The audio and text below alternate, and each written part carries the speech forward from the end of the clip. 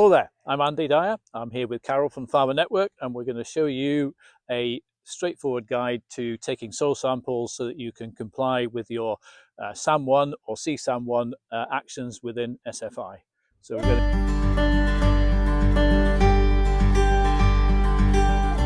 What are we doing here, Andy? as the next stage within the action for CSAM1 and SAM1, we also need to make an assessment of the soil structure, and we use a thing called the VES method, which is the visual evaluation of soil structure, and the chart that you've got in your hand there will help us with that. So the first thing to do is just to dig a spit of soil out with a spade. Okay, so ideally you want to do it when ground conditions are reasonably moist. So this time of year is a pretty good time to be doing it, and we're aiming to dig out an area of soil with the going down to the full spade depth there. Now normally we'd leave that edge there, but for today I've just dug that there so we can flip this right out to see, but normally you would just take it round three sides, flip it out, and then lift it into a tray for assessing it. So go down and get the hand under there, and then what I'm going to do is hinge it back onto there. Now this soil's really probably quite dry at this time of year. It's a really sandy soil here, we know that there. So but what we're looking for is areas within this soil, looking at the profile here across the edge here. So what we want to see is no areas of compaction in there, so we can use the chart here. I'll give you that one for now. There, okay. And what we do is we lay the chart next to the spit of soil here, and then we're going to assess, looking at it down this way, heading from the top of the soil down into the structure there, as to how good or poor it is. So what we're looking for is a soil which crumbles, falls apart easily. There's no areas. We've got bits here where we've got some hard areas that are sticking together, but they're breaking up relatively easily. They're not hard and compacted. So looking at the chart here, we're probably getting a soil that is looking like that, so somewhere in this score. So we're scoring the soil from 1 to 5, where 1 is good, 5 is poor, and this soil here sits probably in about the 2 region there, between the 1 and the 2 there. And again, if it's a bit damp in this, you'll be able to dig down a bit deeper, get a nice big spit of soil out, and assess that down to a depth of around about a foot, 25 to 30 centimeters down, and assess it in 2 or 3 sections. So ideally, this top section, the top couple 2 or 3 inches, the middle 2 or 3 inches, and the bottom 2 or 3 inches there, and score each one. So this one, I would score the top layer probably a 1, the next layer a 2, and probably similar for my bottom layer a 2. So I've ended up with a sum of 1 plus 2 plus 2, 5. Divide that by the 3 layers we've taken. So we're going to come out at about a score of about 1.5, 1.6, something like that. So what you're aiming for is a soil that is somewhere between 1 and 3. Okay. As soon as you're getting into the 3s plus, that's indicating, as we can see from the chart here, we've possibly got compaction, and that could be because of vehicle traffic or livestock there, or equally what we need to think about also, and we'll talk a bit more about that when we're looking at the soil sample results, is the magnesium level in the soil. Okay, because this is a sandy soil, it's a sandy loam soil.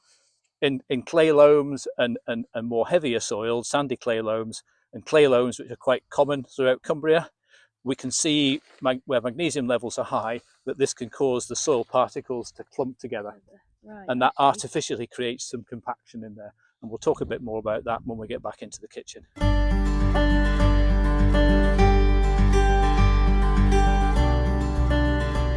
Okay, so another thing we can look at is the earthworm numbers here. And also, so I've dug another spit here, and we can get an idea also here what we were talking about before, where just below the soil surface here, we've got these areas of So a little bit of compaction in there, showing you where these particles of soil are just wanting to clump together, and we can see then in the hole here more again there. Now they're easily broken apart, so they're not of great concern, particularly within a grazing field here, and the soil will begin to repair itself quite nicely. This field was sown down, was re-sown back to grass this year with direct drilling, so we'd expect to sort of see that there's a good soil structure here, and this soil will repair itself.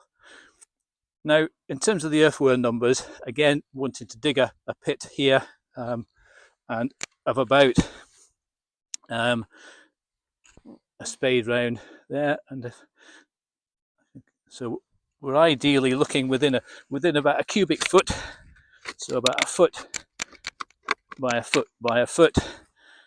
We're looking for earthworms. So it's been really quite dry recently, so we might not expect to see too many. Quite a few on the surface, earthworms. A lot of them will have moved elsewhere. Again, getting towards the springtime is a good time to be looking for those, because earthworms are much more active and mobile through the soil profile, so you get a better idea than where we are in sort of early to mid-February. So ideally what we'd be looking for in a square foot of soil would be somewhere between 5 and 30 earthworms. Okay, if we get to 30, that's a really good indicator. The more there are, obviously the better indicator of soil health there.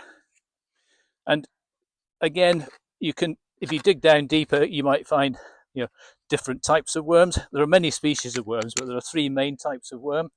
There are the sort of epigeic worms, and these are the surface worms, so they live on the surface of the soil, so they feed on the vegetative matter there. Okay, so they're really important then in breaking down that detritus on the surface, the dead matter, the muck that's on the soil, your dead matter from your grassland and everything else, and then pushing that back into the soil again. They're obviously also a key source of food for birds as well, because they're surface dwellers. Okay, and then we've got the sort of the endogeic worms, which live down below the surface, so they live down about a foot down, and they are soil feeders.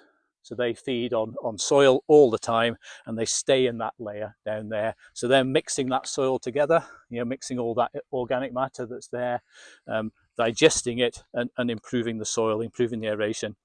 And then we've got the anisic worms, which are the big ones, and these are the ones, they're vertical feeders, so they basically can go down to about 1 meter depth. Okay, and so they come up to the surface and they take vegetative matter down. Okay, so again, they're really key in terms of putting aeration holes for water to go through and for air to get into the soil, but also pulling that organic matter and that fertility back down into your soil.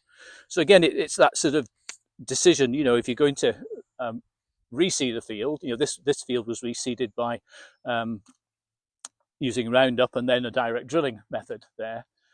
Quite a lot of people will use a plough, but if you've got a lot of worms on the surface, that love living on the surface, and you turn them upside down, put them 9 or 10 inches down, they don't like being there. Okay, and the same thing with your big worms, the ones in the middle. Again, you might flip them up onto the surface, and they become prey for birds, but also they don't like to be up on the surface. They want to live down in the soil. So it's worthwhile doing some digs first to see what your earthworm population is like, and then making a decision on how you might do your cultivation to sort of try and protect that earthworm population as much as possible, because they are key. We'll talk about more about organic matter when we get back into the farmhouse, but again, the more organic matter you've got in the soil, then the more likely are you're going to get good worm populations there. So you want to maintain. Okay, that's us done, Carol. So now back to the farmhouse and the kitchen, and we'll have a brew, and then we'll sort of talk a bit more about what the next stages are and what we do with the sample we've got. Thank you.